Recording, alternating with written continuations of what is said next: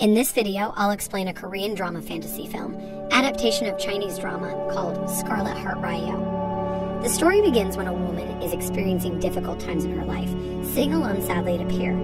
The woman is Go Ha-jin. She tries to forget her problems with a bottle of soju. Unknowingly, a homeless man is staring at her, thirsty.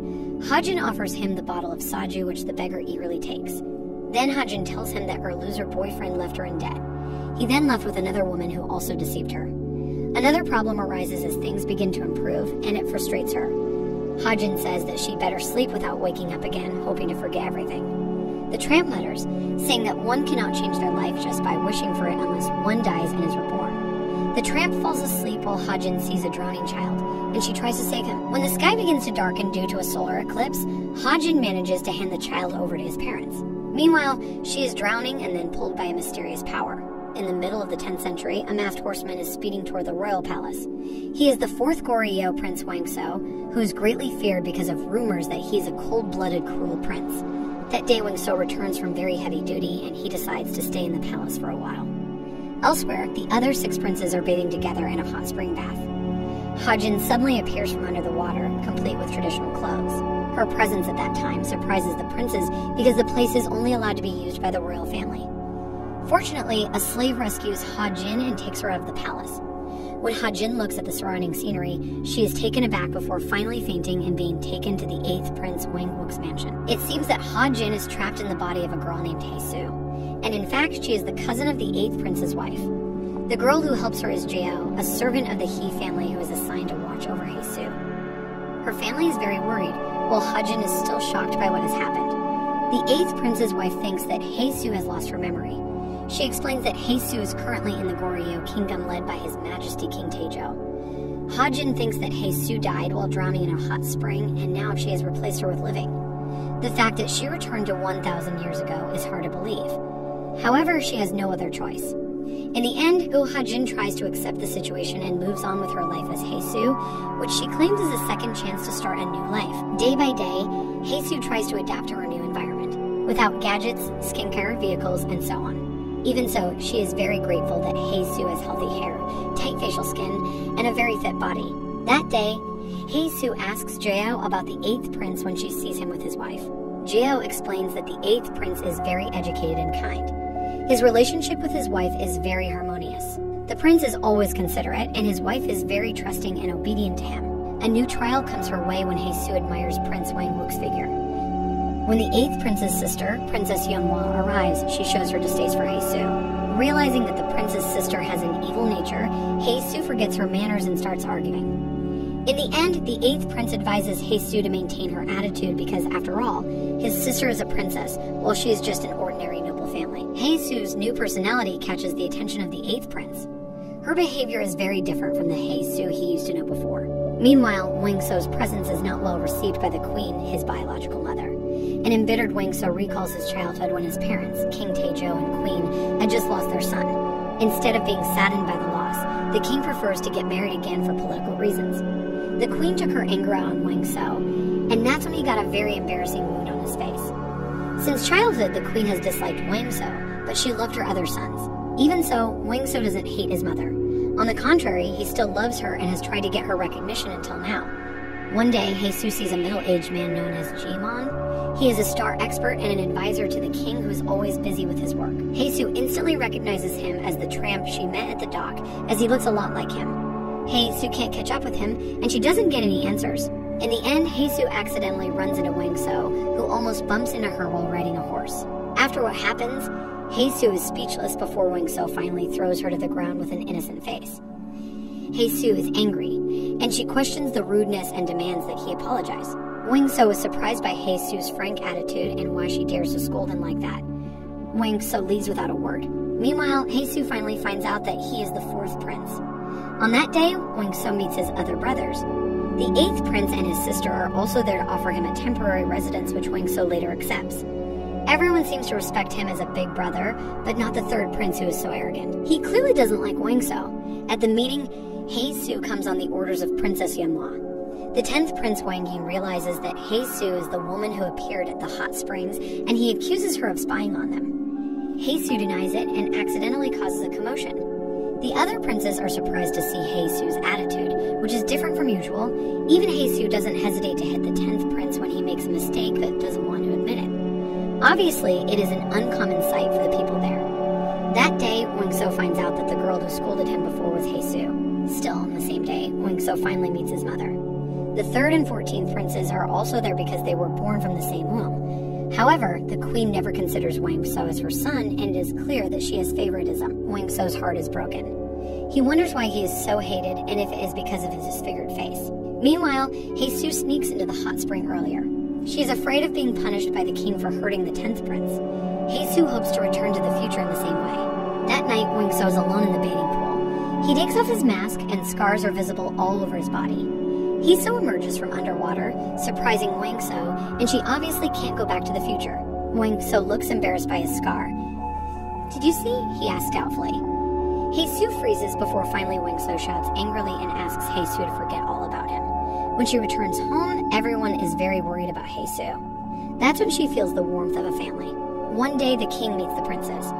He sees the bruises on the 10th prince's face and promises to punish the person who hurt him. However, the 10th prince pleads to lighten the sentence because it turns out that he has liked Heisu since the previous incident. One by one, the princes in the kingdom begin to be attracted to Heisu because her personality is very different from most other women at that time. One night, the 7 princes and the crown prince perform an exorcist dance. Unexpectedly, a group of intruders come and attack the crown prince. However, they get the wrong person because Wangso replaces the crown prince at that time. Rumors of the attack have been heard before, and that is why Wangso does that to protect the crown prince.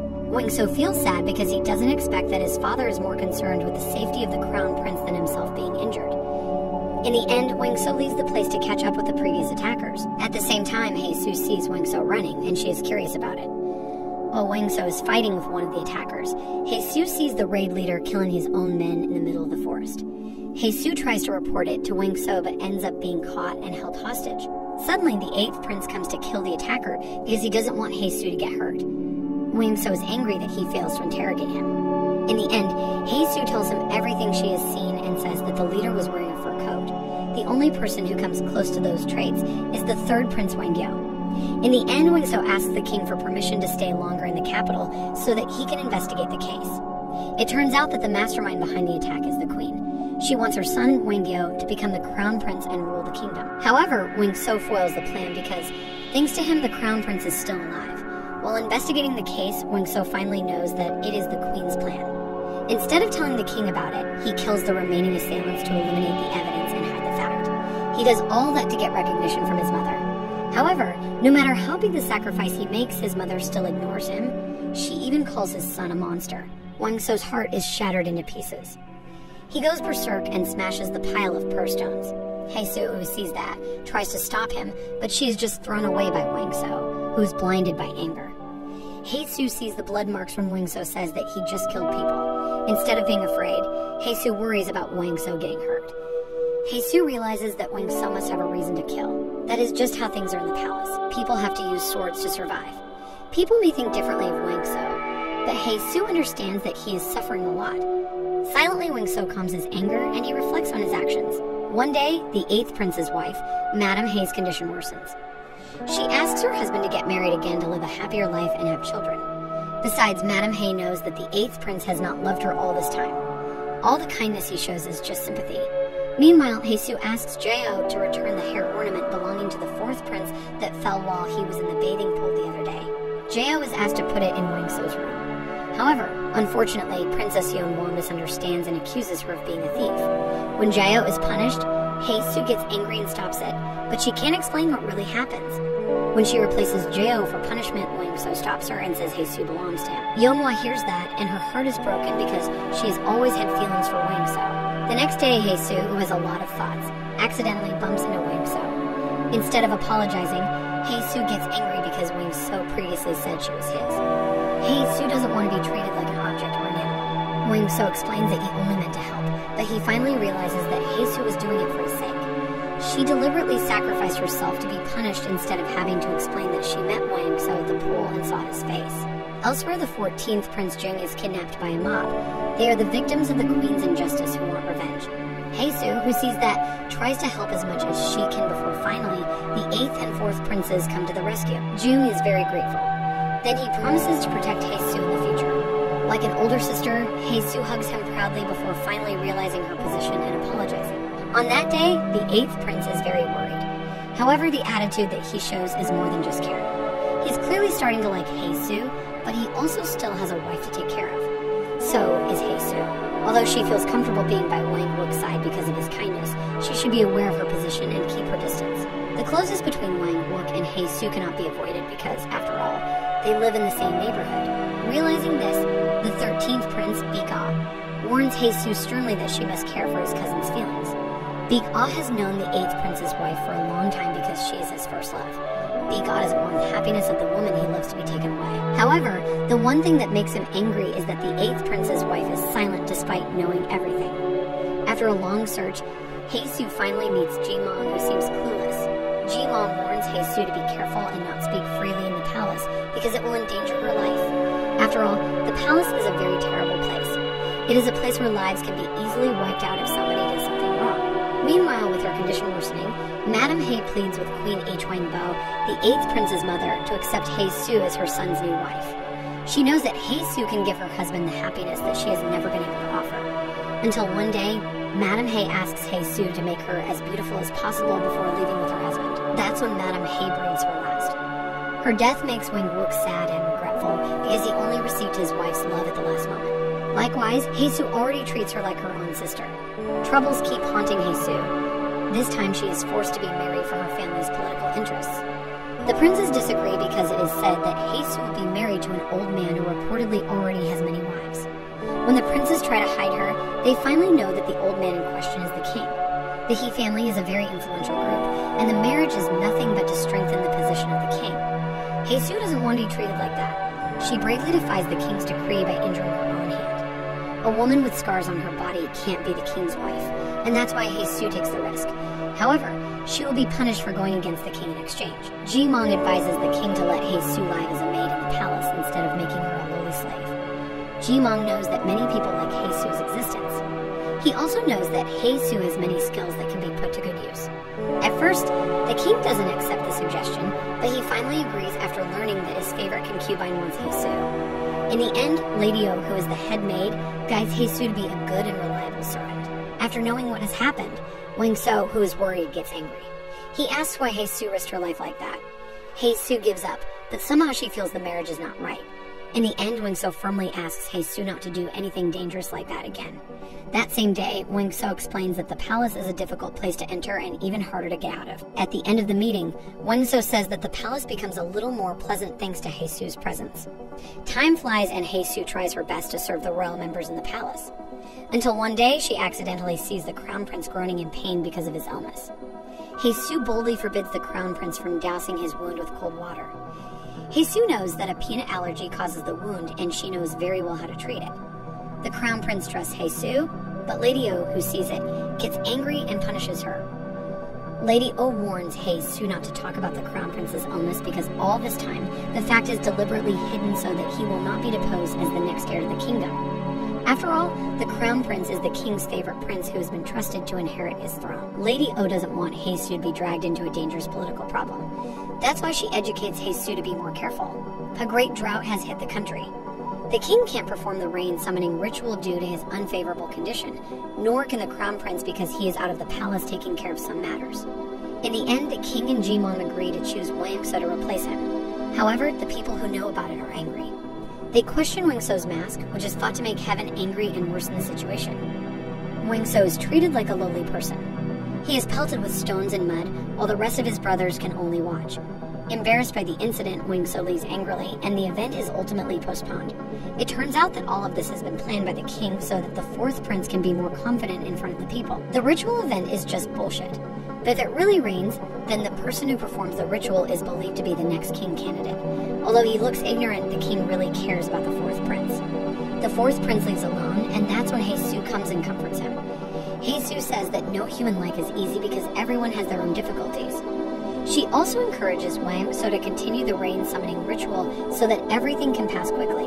As a form of support, Heisu uses makeup to cover Wang Sou's scars, hoping that he will appear confident. In the end, Wang Sou continues the rain summoning ritual, and the people can now accept it. He also manages to surprise everyone when it really rains that day.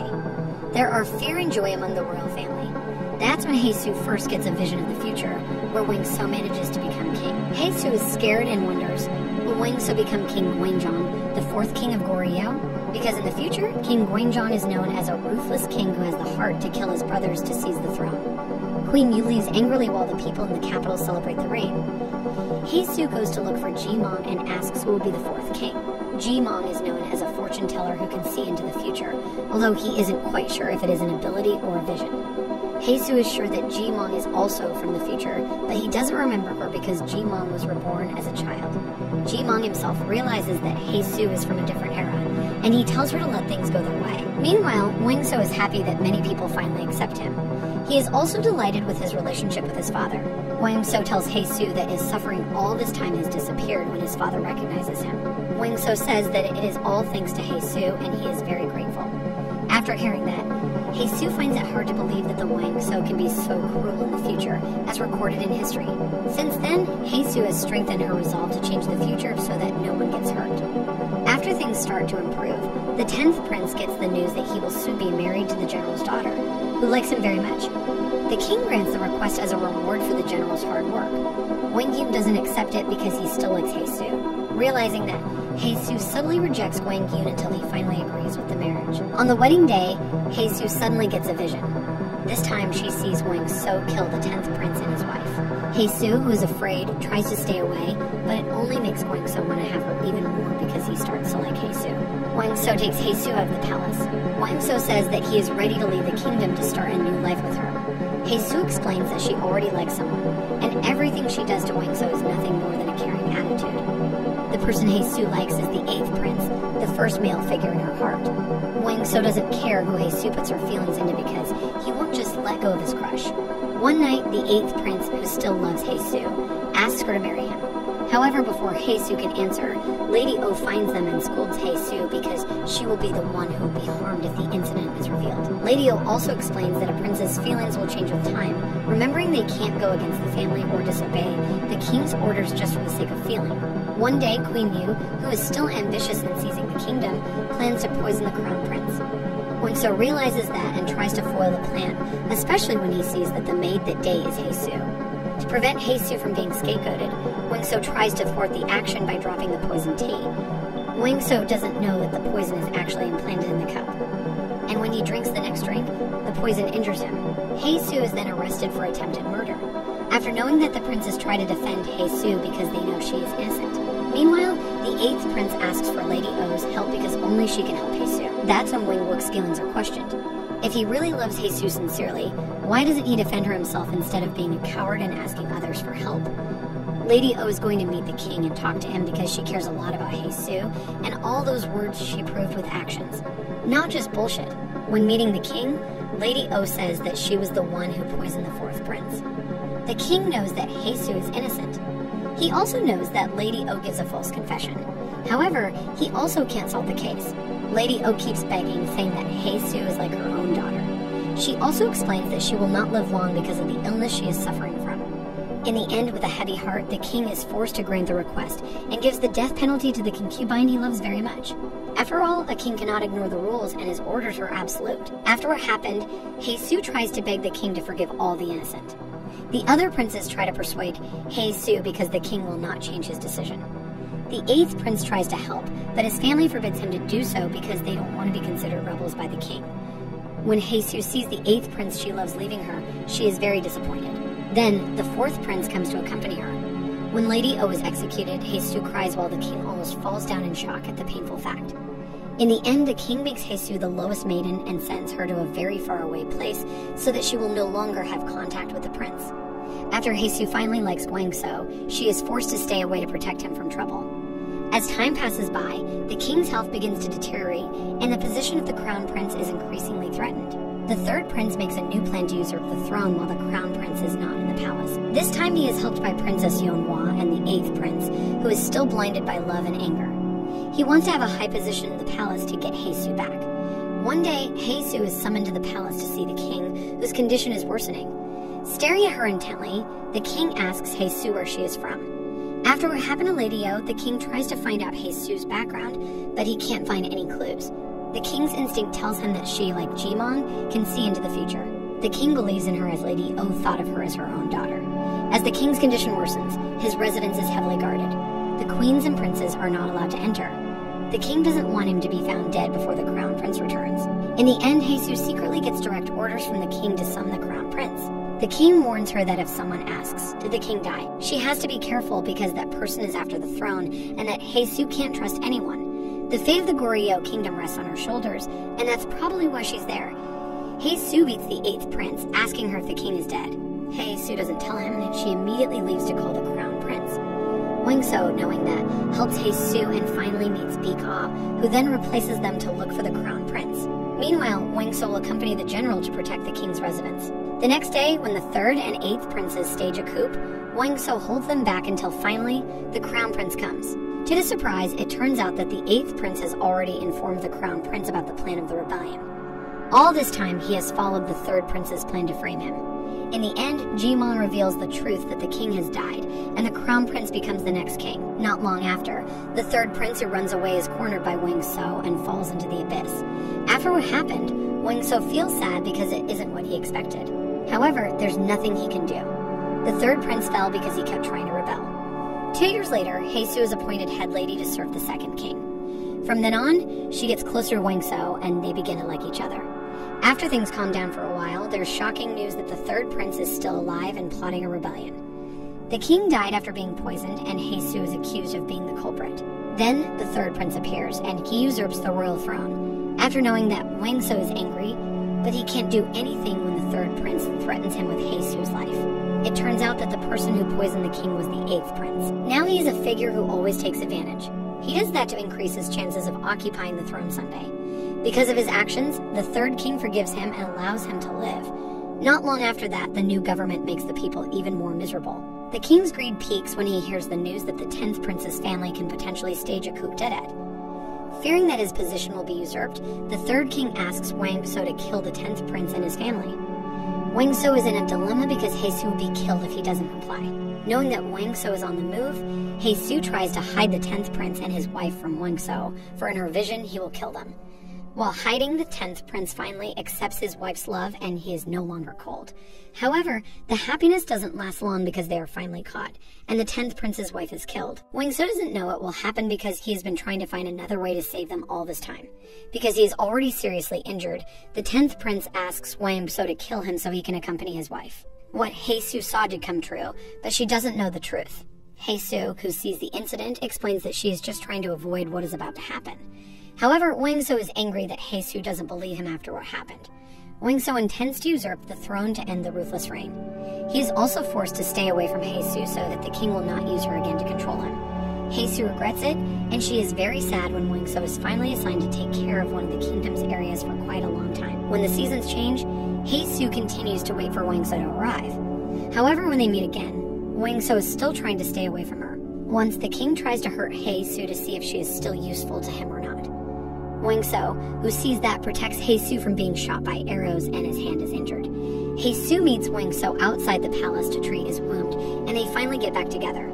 The situation in the palace is again chaotic when the king begins to be haunted by fear. Like the previous king, he often hallucinates and worries about his position. Wangso takes advantage of this situation to take over the kingdom, and he manages to stage a coup when the 3rd king is found dead of his own illness. In the end, Wangso becomes King Guanzhong, the 4th king of Goryeo as recorded in history. However, this situation makes Heisu's relationship with Wangso go up. Heisu can't become the king's wife because of the scars from the previous incident. However, one thing that makes her sad is that she has been suffering from heart disease, and the royal physician says that she will not live long. Heisu keeps this fact a secret from Wangso, so he doesn't worry about it. Meanwhile, Wangso needs political support to maintain his position as a king. So, he is forced to marry Princess Yeonhwa in the end. Jimong advises Heisu to give up her hopes of marrying Wangso because Heisu indirectly is one of the reasons why the princes were at loggerheads. Jimong doesn't want any more bloodshed. Moreover, he firmly believes that the kingdom will be better off under Wangso's leadership. That's why Jimong hopes Heisu can understand it. Behind her sweet smile, Heisu hides all her sadness about giving up the person she loves.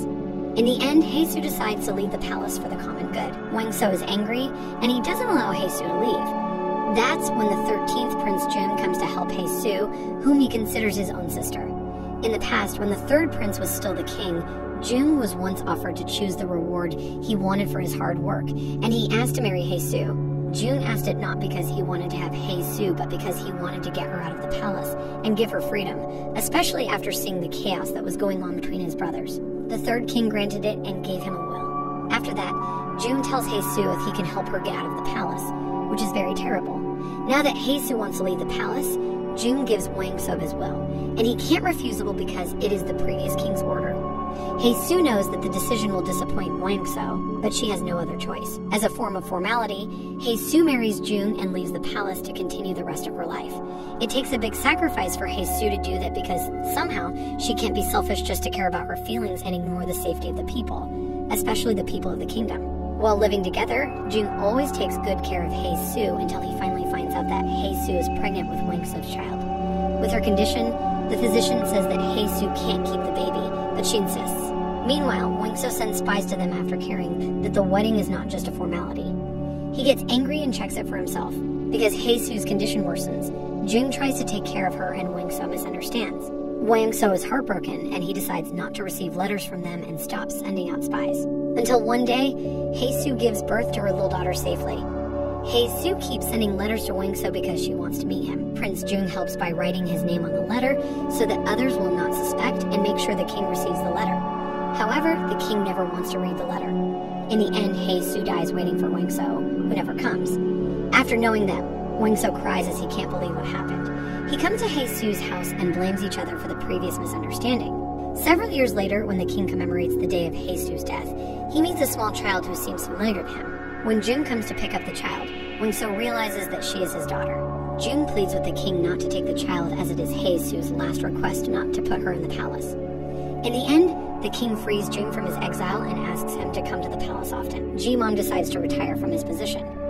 He also gives his opinion about Heisu that she didn't seem to be from this world and asks King Wang So to forget about her. The sky suddenly darkens with an eclipse, and Wang So looks up at the sky as the light disappears.